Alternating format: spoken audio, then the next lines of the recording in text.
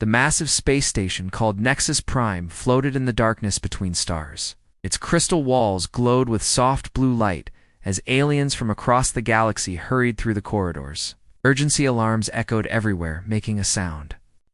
Like screaming metal, Admiral Kethfer stood in the center of the great meeting hall. His forearms shook as he looked at the hundreds of alien leaders sitting in floating chairs around him. Some had tentacles, others had wings, and many had skin that changed colors when they felt strong emotions. But today, all of them looked scared. "Friends," Kethfer said, his voice carrying to every corner of the room through special machines. That turned his words into sounds each species could understand. "I have terrible news. Earth is gone." The room became completely silent. Ambassador Shiara, whose body glowed like a living rainbow, leaned forward in her chair. "What do you mean? Gone? Planets don't just disappear?" Kethfer pressed a button, and a huge picture appeared in the air above them. It showed empty black space, with distant stars scattered like tiny diamonds. This is where Earth's sun used to be, where their whole solar system was supposed to be. Our best machines can't find anything there. It's no planets, no sun, no pieces of broken ships, just empty space. Chancellor Vox clicked his mouth parts together nervously. He looked like a giant ant but wore fancy robes covered in jewels. Maybe the humans finally destroyed themselves. They were always doing dangerous experiments with their machines. Many of the alien leaders nodded their heads or made sounds of agreement. The humans had always been trouble, asked too many questions, built weapons that were too powerful, and refused to follow the rules that kept peace in the galaxy. Most aliens thought humans were dangerous and unpredictable. Good, said High Arbiter Zelm, a tall gray creature with eyes like black mirrors. The human problem has solved itself. We can divide their old colonies among ourselves and finally have peace. But Shiara's colors flashed bright red, which meant she was angry. Wait, we should look for survivors. If this was an accident, maybe. Some humans escaped, someone attacked them. We need to know who did it. Why should we care? Asked another alien leader. The humans never listened to us anyway. They made their own choices. Kethfer nodded sadly. Ambassador Shiara is right that we should investigate. But it would be very expensive and dangerous. The area where Earth used to be might still be harmful to our ships. The vote was quick. Most aliens wanted to forget about the humans and move on. Only a few species, like Shiara's people, wanted to help. The motion to investigate failed by a huge number. Then it's decided, announced High Arbiter Zelm. Earth and all humans are officially declared extinct. We will divide their former territories next week. As the meeting ended, aliens began talking excitedly about which human colonies they wanted to claim. The humans had built cities on beautiful worlds with clean air and fresh water. Now those worlds would belong to other species, but not everyone was happy. Shiara sat alone in her chair, her body colors shifting between blue and purple, which meant she felt sad and worried. Yet she had known many humans personally. They were strange and often difficult to understand, but they were also brave and clever. It didn't feel right to just forget about them. "You look troubled," said a voice behind her. She turned to see Dr. Yan Wu, one of the few humans who worked on Nexus Prime. The woman looked tired and confused. "Dr. Yan Wu, thank the stars you're safe." Shiara's colors brightened with relief. "We thought all humans were gone. Earth has vanished from our sensors." The human woman frowned. "That's impossible. I spoke to my sister on Earth just yesterday. She said everything was normal there." She pulled out a small device and showed Shiara a picture of herself standing next to another human woman in front of a blue sky and green trees. Shiara stared at the picture. Her sensors confirmed it was real and taken recently. But our instruments show empty space where Earth should be. Your instruments must be broken, Dr. Yanwu said kindly. Earth is exactly where it always was. Maybe you should have your technicians check the equipment. After the human left, Shiara sat alone, feeling more confused than ever. If Earth was still there, why couldn't their most advanced sensors find it? And why were the other humans acting like nothing had happened? Deep in space, far from Nexus Prime, strange things were beginning to happen. Ships that had traveled the same routes for hundreds of years suddenly found themselves lost in familiar star systems. Time moved differently, in some places making clocks run backward or forward unpredictably. And in the darkest regions between galaxies, massive shapes moved through the void, leaving trails of absolute nothingness behind them. The Galactic Council thought they had seen the end of humanity. They had no idea they had just witnessed the beginning of something far more dangerous than they could imagine. The humans weren't gone. They were preparing for a war that would determine the fate of everything that existed, and somewhere in the space where Earth used to be, invisible too. Every alien sensor, human ships continued their work in the shadows between dimensions. 3 months had passed since the Galactic Council declared Earth extinct, but the ghost ships kept arriving at trading posts across the galaxy. Station. Master Quill wrapped his purple tentacles around his coffee cup and stared out the window. Of trading posts, Game 7. Another human ship was docking, its sleek metal hull gleaming under the station's lights. The ship looked normal enough, but Quill's instruments were going crazy. "This is impossible," muttered Chief Engineer Voss, a bear-like alien with thick fur and small eyes. He pointed at his computer screen with a shaking claw. "The energy readings from that ship are off the charts. And look at this. The metal of the hull keeps changing at the tiny level, like it's alive." Captain Jinho stepped out of the airlock with a friendly smile. He was a young human man with short black hair and kind eyes. Behind him came 4 other humans, all looking perfectly normal except for a strange shimmer around their bodies that made Quill's eyes hurt if he stared too long. "Good morning, everyone," Jinho said in perfect galactic standard, the language used for trading between species. "I'm here to pick up the medical supplies we ordered. Our order number is 47,291. Quill's tentacles twisted nervously, yet to ask the question that had been bothering him for weeks. "Captain, I need to know something. Do you know what happened to Earth?" Ginho looked genuinely confused. "What do you mean? Earth is fine? I just talked to my parents there yesterday morning. They said the weather was beautiful." He tilted his head like a curious dog. "Why would you ask such a strange question?" The human pulled out a small device and showed Quill a star map. On the screen, Earth's solar system appeared exactly where it should be, with the sun shining brightly and all the planets in their correct positions. Then he showed communication logs filled with recent messages from Earth news reports, family letters, and business orders. "Are you feeling all right?" Ginho asked with concern. "Your sensors must be broken if you think Earth is gone." "It's really weird. Maybe you should have someone fix them." The same impossible conversation was happening all across the galaxy. Human traders, explorers, and diplomats continued their normal activities as if nothing had changed. They insisted Earth was perfectly fine and seemed genuinely worried about what they called a mass hallucination affecting every alien species. But there were other strange signs. Ships were getting lost in areas of space they had traveled safely. For hundreds of years, Captain Vera of the Zilonian military had been flying the same route between 2 star systems for 20 years. But last week, she somehow ended up 3 sectors away from where she should have been. "It's like space itself is broken," she reported to Admiral Kethfer. "The stars are in the wrong places, and my navigation computer keeps giving me impossible readings." Even stranger were the reports of time moving differently in some places. On mining station Beta 3, the workers noticed their clocks were running backward during the night shift. On the farming world of Peaceful Valley, plants were growing and dying in the span of hours. On the next field over, seeds planted months ago still hadn't sprouted. Admiral Kethfer stood on the bridge of his huge warship, reading report after report of impossible things happening throughout the galaxy. His tactical officer, a young female named Vera, approached him with another datapad full of bad news. "Sir, we've detected 17 more time distortions in the past week, and there's something else." She paused, looking worried. "Our long-range sensors are picking up massive energy buildups in the empty regions of space.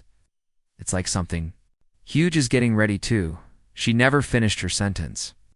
Every light on the ship suddenly changed to emergency red, and alarms began screaming. The ship's computer announced in a calm voice that made everyone feel more scared. "Attention all. Crew, Massive energy signature detected. Origin point. Former location of Earth's solar system. On the main screen they could see it, a wave of pure energy spreading out from the place where Earth used to be. It moved faster than light itself, passing through planets and stars like they weren't even there. The wave carried something that made every alien's skin crawl, the feeling of being watched by something much smarter and more powerful than themselves. "What is that thing?" whispered Vera. Before anyone could answer, the energy wave reached their ship. It passed through the hull like warm water, not damaging anything but somehow touching every person on board. For just a moment, each alien felt a strange sensation like invisible hands were gently examining them, learning everything about them, and then carefully putting them back exactly as they were. The wave continued, spreading across the galaxy, reaching every inhabited world simultaneously. And as it passed, every communication device, every computer screen, every electronic system in the galaxy began displaying the same message in thousands of different languages. The message was simple and terrifying. We are still here. We are still watching. We are still coming.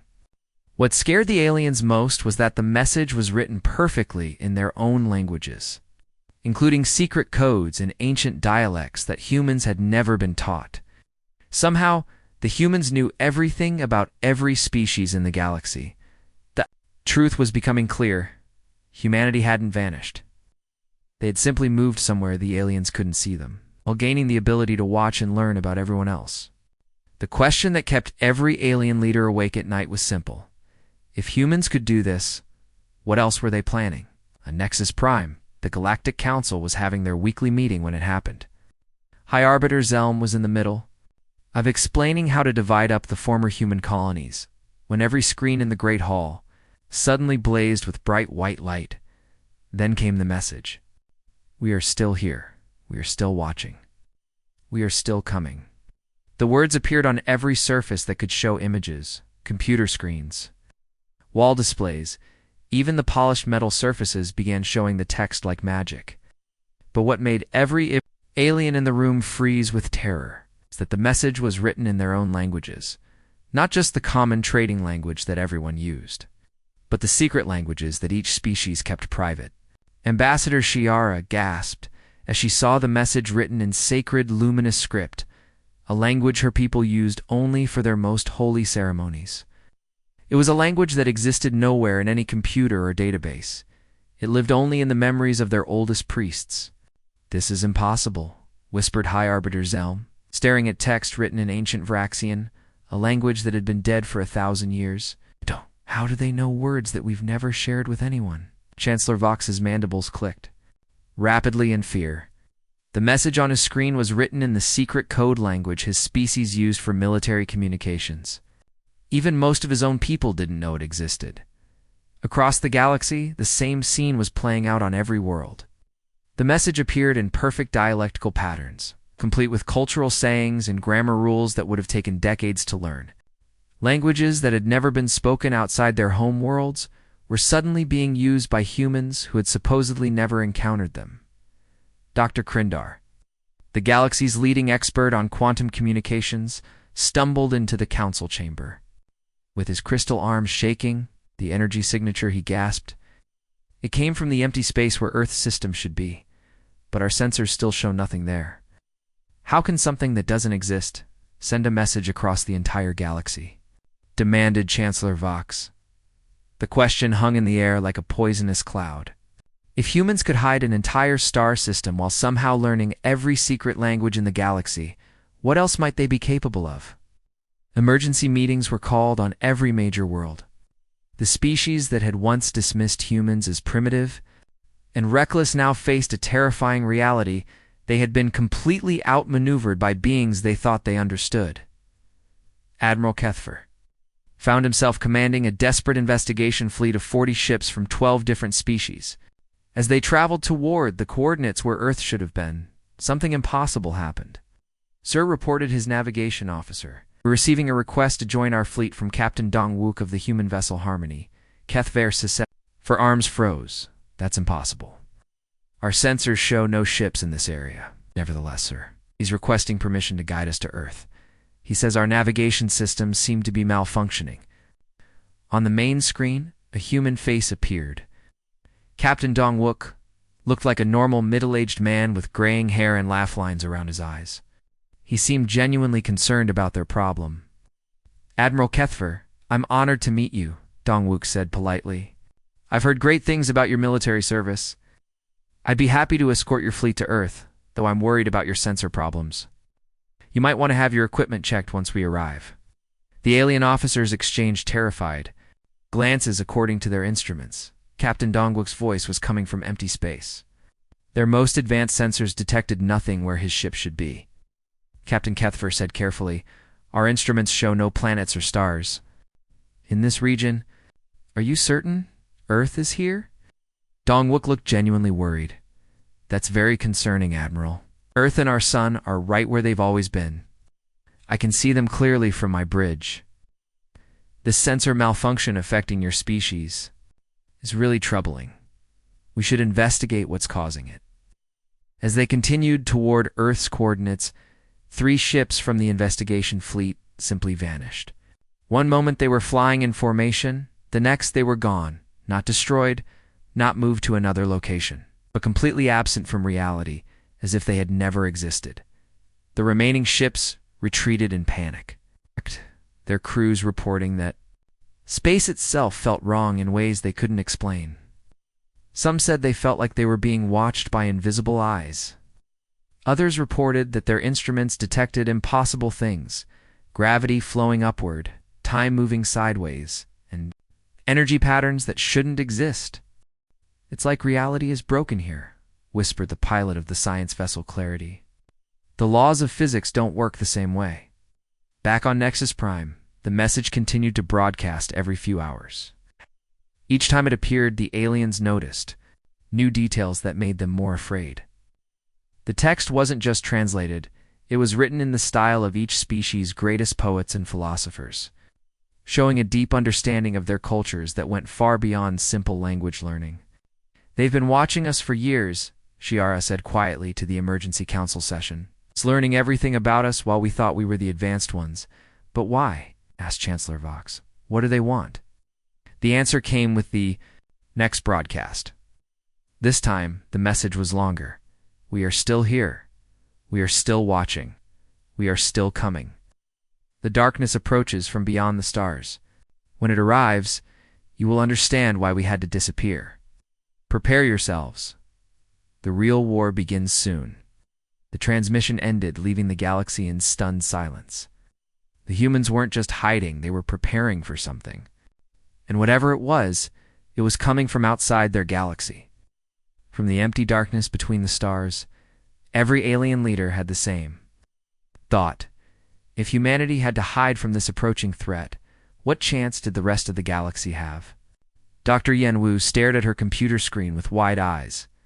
She had been studying the mysteries of space and time for 30 years, but the numbers she was seeing now made no sense at all. "The entire solar system has been moved," she announced to the team of scientists gathered around her on the research ship, Clarity. "Earth and all its planets still exist, but they've been pushed sideways into a different layer of reality." Alien scientists looked confused. Dr. Krindar, whose crystal body sparkled when he was thinking hard, waved his arms in the air. "But moving an entire star system would require more energy than our whole galaxy produces in a year. How could humans do such a thing?" Before Dr. Yanwu could answer, the air in the middle of the room began to shimmer like heat waves rising from hot pavement. The shimmer grew brighter and brighter until suddenly, human man stepped through it, as if walking through an invisible door. The alien scientists jumped backward in fear. Some of them made high-pitched squeaking sounds, while others changed colors rapidly. But the human raised his hands to show he meant no harm. "Hello, everyone," he said calmly. "I'm Captain Hyunjae of the Earth Defense Corps, Dr. Yenwu. I think it's time we told them the truth." Captain Hyunjae looked like any normal human, average height, short black hair, and wearing a simple blue uniform. But the way he had appeared from nowhere made everyone nervous. "We've been watching your investigation," he continued. "You've gotten close enough to the truth that hiding would be pointless now." He pressed a button on his wrist, and suddenly, The walls of the ship became transparent. Outside, instead of empty space, they could see Earth's solar system exactly as it had always been. The blue and green planet hung in space like a beautiful jewel, with its moon nearby and the sun shining brightly in the distance. "We developed this technology 5 years ago," Captain Hyunjae explained. "We call it dimensional shifting. It allows us to move objects into a parallel layer of reality, same location but slightly out of phase with normal space." Dr. Yeonwoo nodded as understanding dawned on her face. "Like having two pictures printed on the same piece of paper. But one is slightly transparent so you can't see it unless you know how to look." "Exactly," the captain said. "The disappearance of Earth was actually our first full test of this defensive system. We needed to know if it would work on a large scale." Ambassador Shiara's colored patterns shifted to show confusion and hurt. "But why? Why hide from us? We were your friends and allies." Captain Hyunjae's expression became serious. "Because we weren't hiding from you. We were preparing to protect you." The transparent walls changed, showing new images that made every alien in the room gasp in horror. In the darkness between galaxies, massive shapes were moving through space. They weren't normal ships. They seemed to exist in multiple dimensions at once, leaving trails of absolute nothingness behind them. Wherever they went, "We call them the Devourers," Captain Hyunjae said quietly. "They travel from galaxy to galaxy, consuming everything that exists. Not just planets and stars, but entire dimensions. They leave nothing behind, not even empty space." The images showed the aftermath of their attacks. Where thriving star systems had once existed, there was now literally nothing. Not darkness. Not empty space. Just an absence that hurt to look at. "Our deep space monitoring stations detected them 3 years ago," Dr. Yeonwoo added. "They were moving toward our galaxy from the void between star clusters. Everything we've done since then, the rapid advancement in technology, the refusal to follow galactic laws, even hiding Earth, it was all preparation for this war." Dr. Krindar's crystal body had turned completely white, which meant he was terrified. "How is this possible? How do you destroy something that consumes dimensions?" "Fight them in the spaces between realities," Captain Hyunjae replied. "Normal weapons and ships can't even touch them. But our dimensional technology allows us to exist in the same phase as they do." The truth hit the assembled scientists like a physical blow. Humanity hadn't been reckless or primitive. While the other species had been arguing about trade routes and territory, humans had been preparing for a war that would determine whether anything in the galaxy would continue to exist. "How long do we have?" whispered Ambassador. She single-quote Sara. Checked a device on his wrist. "Our scouts report they'll reach the outer rim of our galaxy in 72 hours. Based on their previous pattern of attack, they'll penetrate to the core worlds within 1 week." "Then we're too late," Dr. Krindar said, his voice barely a whisper. "If they've already consumed other galaxies, what chance do we have?" "We have a very good chance," Dr. Yeonwoo said firmly, "because we've been preparing for this fight for 3 years. We've built weapons that can hurt them, ships that can match their dimensional abilities, and defense systems that can protect entire star systems." She stood up and looked each alien scientist in the eye. "The question isn't whether we can fight them. The question is whether you're willing to fight alongside us. This isn't just humanity's war anymore. It's a battle for the survival of everything that exists." Captain Hyunjae nodded. "We're about to phase Earth back into normal space and begin the final preparations. If you want to help save the galaxy, now is the time to choose." The room fell silent as the alien scientists realized they were being offered a chance to join the most important battle in the history of the universe. The first reports came from the edge of the galaxy. Entire star systems simply stopped existing. Not destroyed by explosions or conquered by enemies, but completely removed from reality as if they had never been there at all. Admiral Minho stood on the bridge of his battleship Defiance, watching as Earth's solar system appeared in normal space for the first time in months. The sight was both beautiful and terrifying. Earth hung in space like a blue jewel, but around it floated hundreds of strange ships that seemed to exist in multiple dimensions at once. Their hulls shifted and changed like living things, sometimes solid, sometimes see-through, always moving. between different layers of reality. Give me a report on our fleet, Minho ordered. Lieutenant Jae-hoon, a young man with nervous eyes, checked his instruments. All dimensional warships are ready for battle, sir. Our defense systems are fully charged, and the Allied fleets are moving into position. Through the windows of the bridge, Minho could see the most impossible sight in galactic history. Ships from every species in the galaxy were flying together in formation. The same alien leaders who had dismissed humanity 3 months ago were now desperately seeking human protection. The irony wasn't lost on Minho, but this wasn't the time for satisfaction.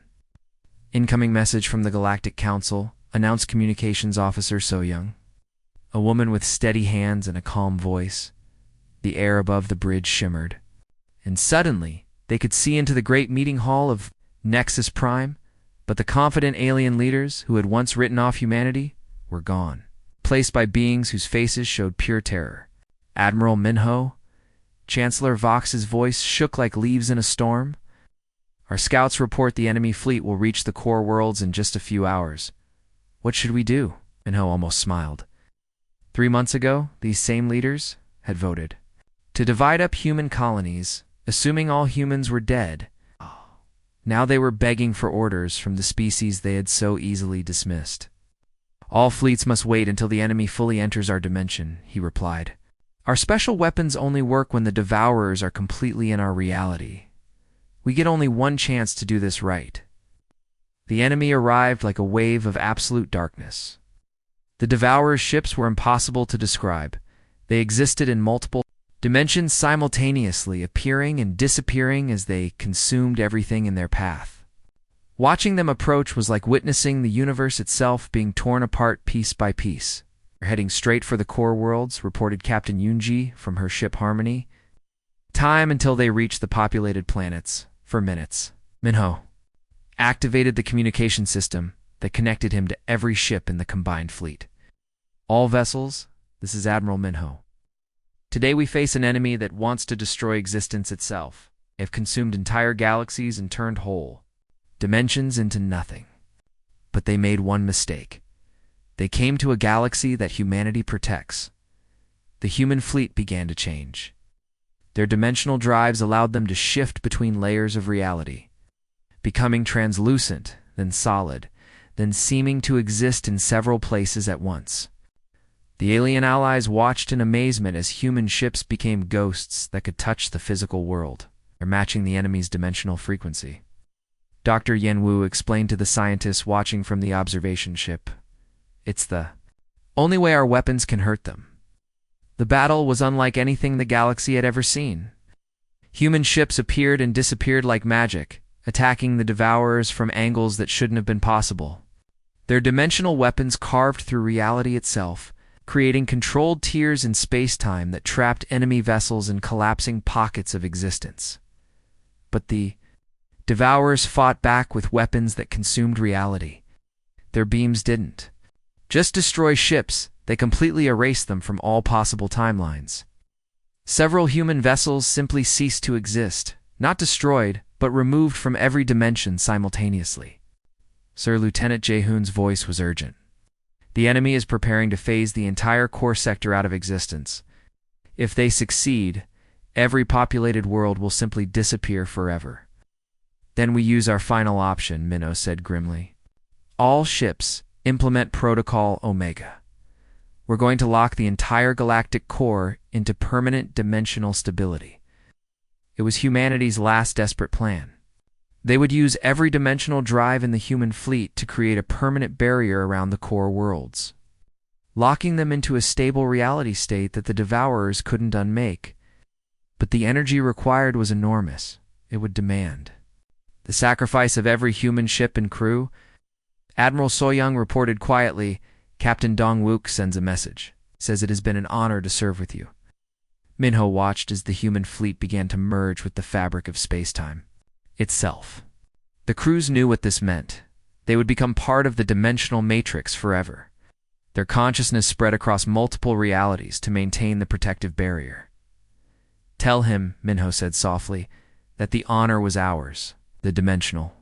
Lock activated. Reality crystallized around the core worlds, creating an impenetrable barrier that even the Devourers couldn't break. Their reality-consuming weapons became useless against matter that existed in all possible states simultaneously. Faced with prey, they couldn't devour. The Devourers did something they had never done before. They retreated, fading back into the void between galaxies to seek easier targets. The war was over. The galaxy was safe. But the price had been enormous. Every human ship and crew had become part of the dimensional barrier, their individual lives sacrificed to protect trillions of others. In the years that followed, a monument was built on Nexus Prime showing a simple human figure standing guard. The inscription read, "They didn't disappear to abandon us, but to become our eternal guardians."